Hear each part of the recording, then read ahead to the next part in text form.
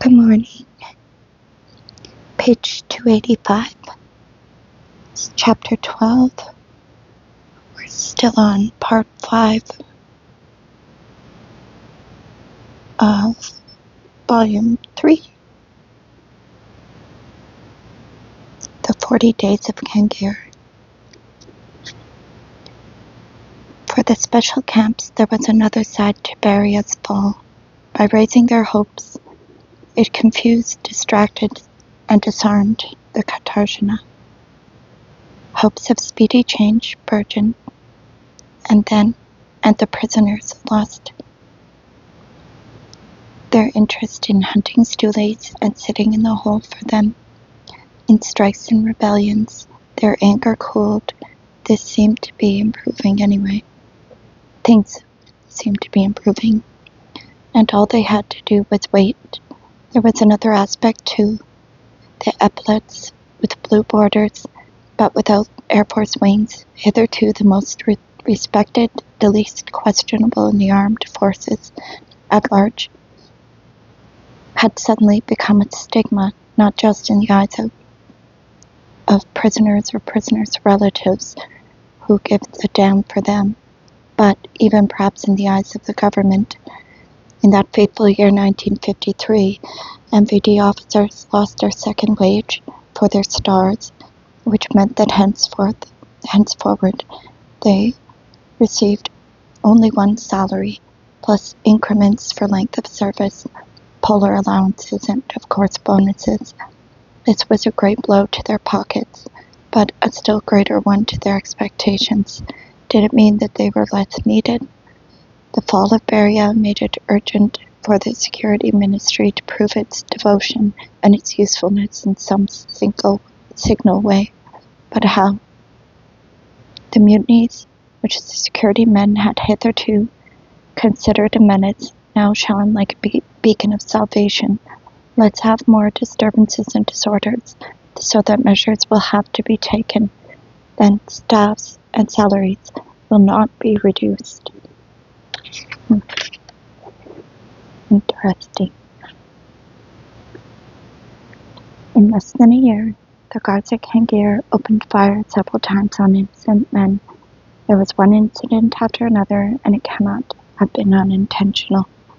They shot Lida, the young girl from the mortar mixing gang, who hung her stockings out to dry near the boundary fence.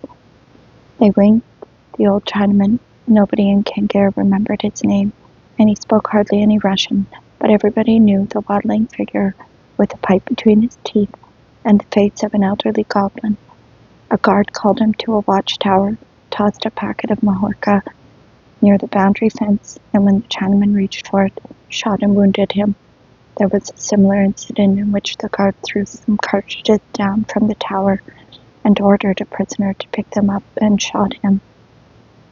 Then there was a famous case of the column returning to camp from the ore dressing plant and being fired on with dum-dum bullets, which wounded 16 men.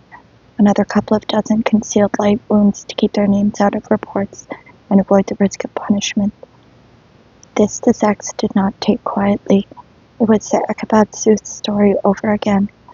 Kengir Camp Division No. 3 did not turn out for work 3 days running, but did take food, demanding punishment of the culprits.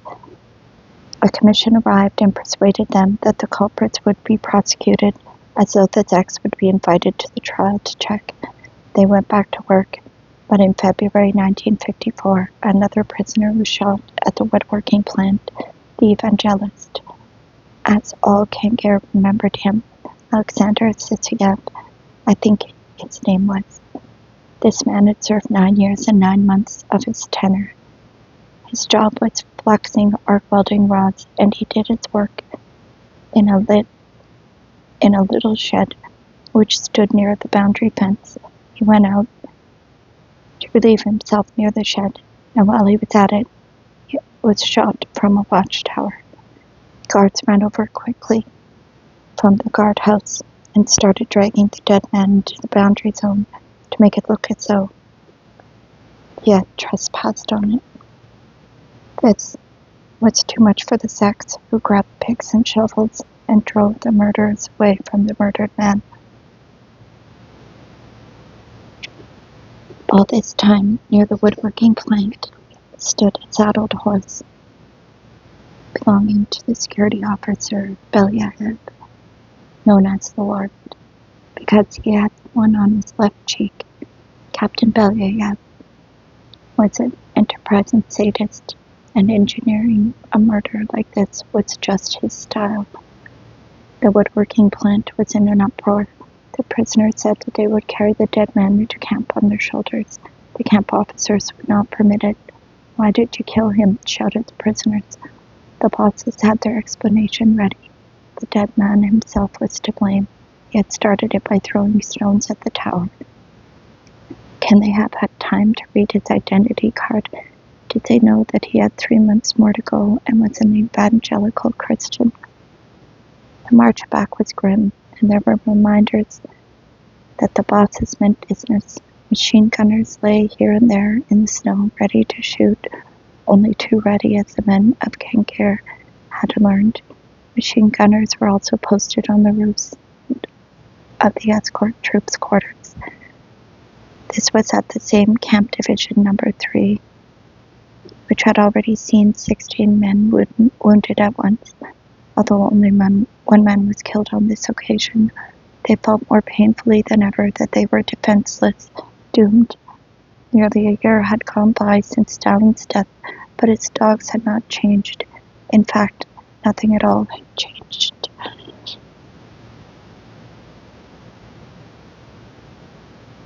In the evening after supper, what they did was this. The light would suddenly go out in a section, and someone invisible said from the doorway, "Brothers, how long shall we go on building and taking our wages in bullets? Nobody goes to work tomorrow." The same thing happened in section after section, hut after hut. A note was thrown over the wall to the 2nd Camp Division. They had some experience by now, and had thought about it often enough so that they were all able to call a strike there too. In its 2nd Camp Division, which was multinational, the majority had tenors, and many were coming to the end of their time, but they joined in just the same. In the morning, the men's Camp Division 2 and 3 did not report for work. This bad habit, striking without refusing the state's bread and slops, was becoming more and more popular with the prisoners and less popular with their bosses. They had an idea. Warders and escort troops went unarmed into the striking camp divisions,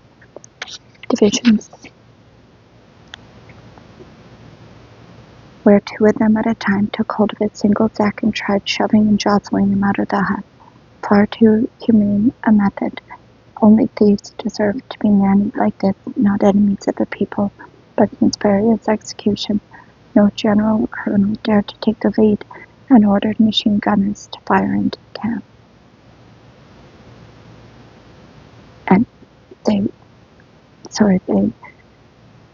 No general or colonel dared to take the lead and order machine gunners to fire. This was wasted labor. The prisoners just went off into the latrines or sloped about the camp. Anything rather than reporting for work. They held out like this for 2 days. The simple idea of punishing the guard who had killed the evangelist did not seem at all simple or just to the bosses. Instead, a colonel from Karaganda with a large retinue went around the camp on the second night of the strike, confident that he was in no danger, roughly waking everybody up. "How long do you intend to carry on slacking?" Then, knowing nobody there, he pointed at random, "You there, outside, and you outside." And these chance people, the valiant and forceful manager of men, consigned to jail, imagining that this was the most sensible way to deal with slackers. The Latvian Will Rosenberg, when he saw this senseless high-handedness, said to the colonel, "I'll go too." "Go on then," the colonel agreed readily. He probably did not even realize that this was a protest, or that there was any grounds for a protest. That same night, it was announced that the liberal feeding policy was at an end, and that those who did not go out to work would be put on short rations. Camp Division Number 2 went to work in the morning. Number 3 didn't turn out for work the third morning run. The jostling and shoving tactics were now applied to them, but with heavier forces. All the officers serving in Kengir, those who had come in to help, and those who were investigating commissions were mobilized. The officer picked ahead and entered in strength, dazzling prisoners with the coming and going of white fur hats and the brilliance of their epaulets, made their way, stooping among the bunks, and with no sign of distaste, sat down in their clean breeches on dirty pillows, stuffed with shavings. "Come on, move up a bit. Can't you see I'm a lieutenant colonel?" The lieutenant colonel kept this up, shifting his seat with arms akimbo, until he shoved the owner of the mattress out into the passageway, where warders grabbed him by the sleeves and hustled him along to the work assignment area. Or, if he was still too stubborn, into jail. The limited capacity of the 2 Kengir jails was a great nuisance to the staff. They held about 500 men.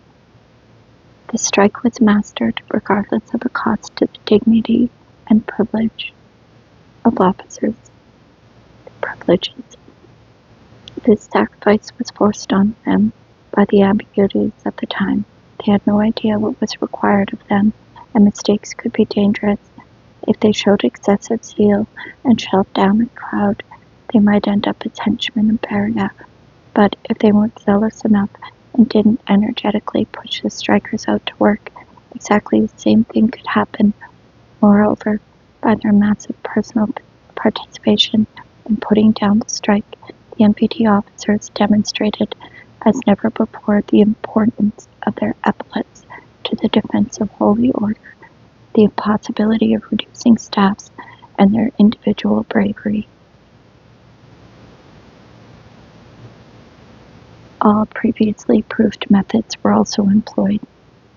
In March and April, several contingents of prisoners were transferred into other camps. The plague crept further.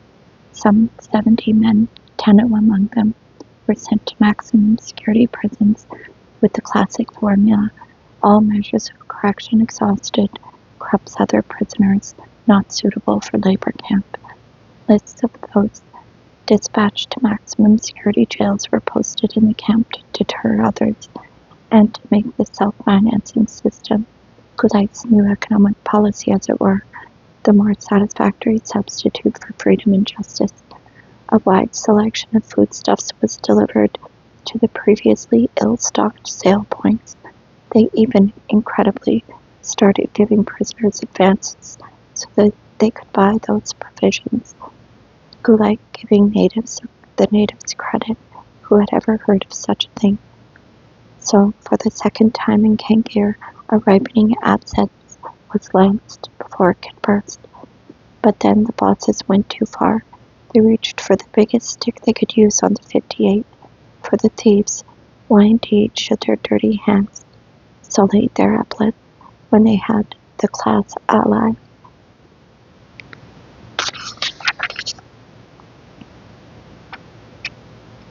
The bosses now renounced the whole principle of the special camps and acknowledged that if they segregated political prisoners, they had no means of making themselves understood, and just before the May Day celebrations, brought in and distributed through the mutinous Camp Number 3 Division, 650 men, most of them thieves, some of them petty offenders, including many minors.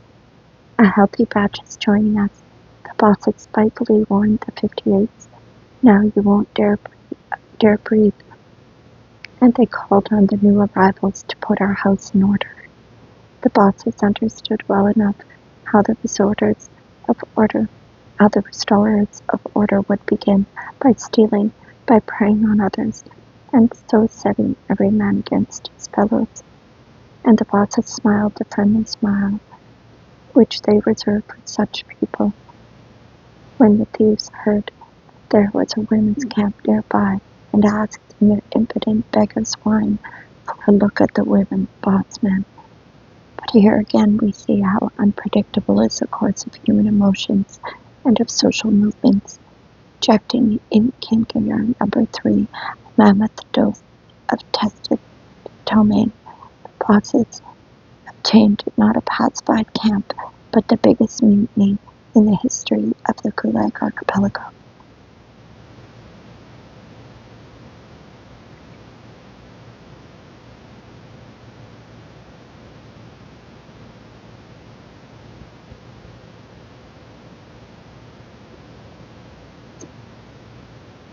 Though they seem to be so scattered and so carefully sealed off, the islands of Gulag are linked by the transit prisons so that they breathe the same air and the same vital fluids flow in their veins. Thus the massacres, the hunger strikes, the disturbances in the special camps had not remained unknown to the thieves. By 1954, so we are told, it was noticeable in transit prisons that the thieves came to respect the politicals. If this is so, what prevented us from gaining their respect earlier? All through the 20s, 30s, and 40s, we blinkered Philistines, preoccupied as we were with our own importance to the world, with the contents of our duffel bags, with the shoes or trousers we had been allowed to retain, had conducted ourselves in the eyes of the thieves like characters on the comic stage when they plundered our neighbors, intellectuals of world importance. Like ourselves, we shyly looked the other way and huddled together in our corners, and when the submen crossed the room to give us the treatment, we expected, of course, no help from neighbors, but obligingly surrendered all we had to these ugly customers in case they bit our heads off. Yet our minds were busy elsewhere, and our hearts were trained on other things. We had never expected to meet an enemy so violent, so cruel. We who were racked by the twists and turns of Russian history were ready to die only in public, beautifully, with the whole world looking on, and only for the final salvation of all mankind. It might have been better if we had been far less clever.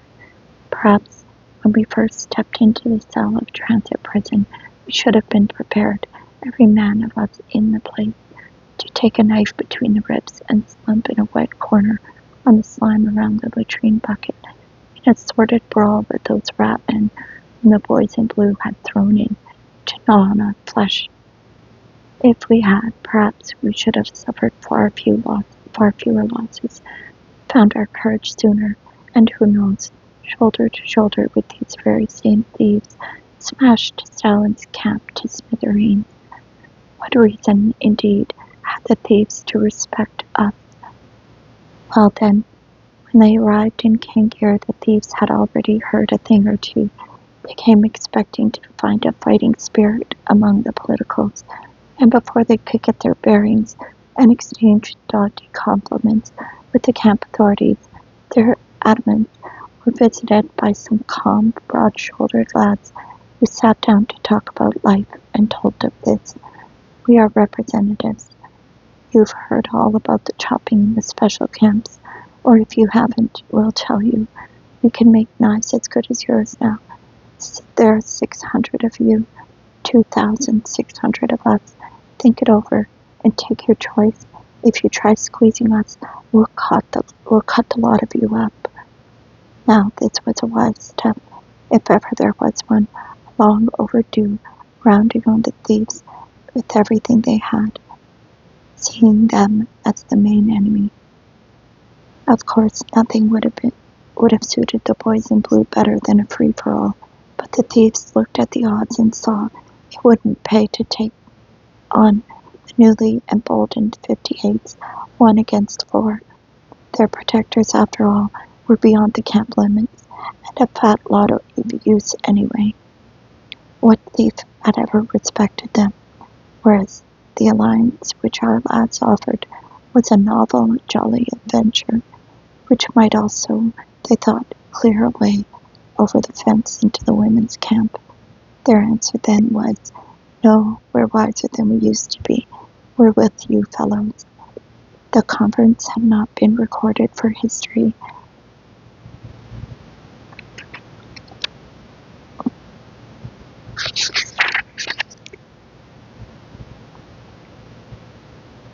And the names of its participants are not preserved in protocols. This is a pity. They were clever lads. In their first hut, while they were still in quarantine period, the healthy contingent held a housewarming party, making bonfires of their bunks and lockers on the cement floor, and letting smoke pour through the windows. They expressed their disapproval of locks on the hut doors by stuffing the keyholes with wood chips. For 2 weeks the thieves behaved as though they were at a health resort. They reported for work, but all they did was sun themselves.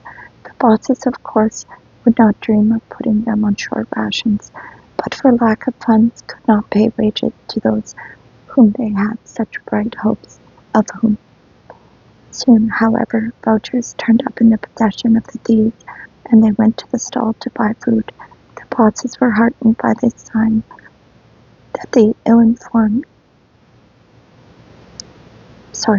that the healthy element had begun thieving after all, but they were ill-informed. They were mistaken. A collection in aid of the thieves had been taken up among the politicals, also no doubt part of the compact. Otherwise the thieves would not have been interested. And this was how they had come by their vouchers, an event too far out of the ordinary for the bosses to get at. No doubt the novelty and unfamiliarity of the game made great fun for the criminals, especially the juveniles, treating fascists politely, not entering their sections without permission, not sitting down on their bunks without invitation. Paris, in the last century, took some of its criminals, it seems to have had plenty of them, into the militia, and called them mobiles, a very apt description.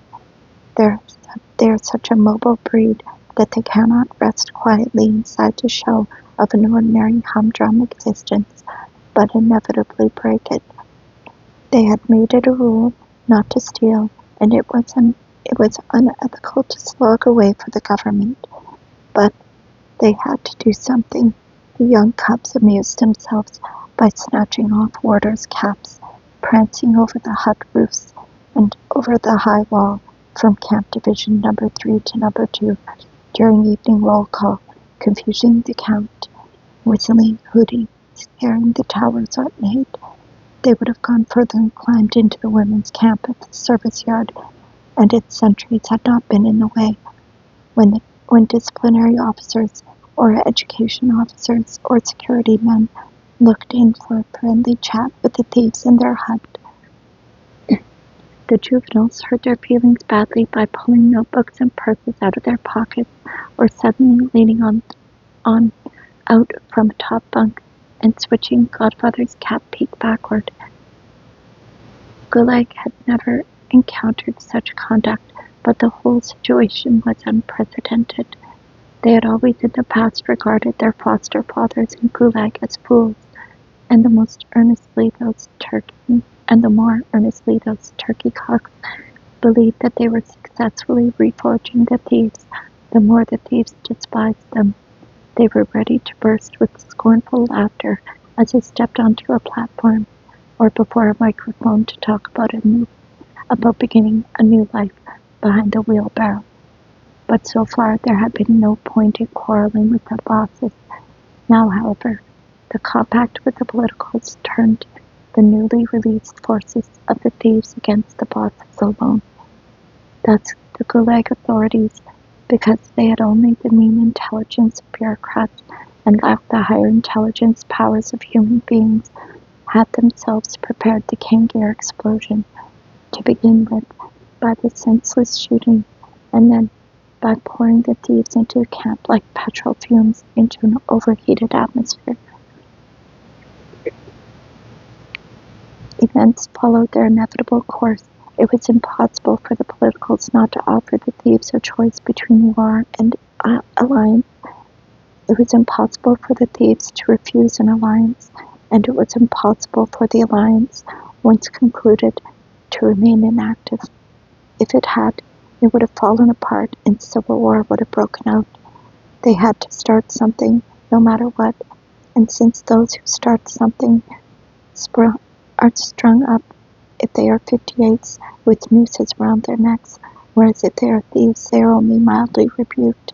In their political discussion period, the thieves made the obvious suggestion, "We'll start and you join in."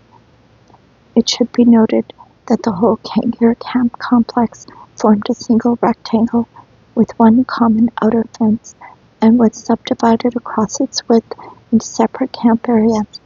First came Camp Division Number 1, the women's camp, then the service yard. We have already talked about the industrial importance of its workshops, then Number 2, then Number 3, and then the prison area, with its 2 jailhouses, an old and a new building, in which not only inmates of the camp, but free inhabitants of the settlement were locked up from time to time. The obvious first objective was to capture the service yard, in which all the camp's food stores were situated. They began. We'll have to stop there. It's getting exciting. Thank you for listening. Have a great day.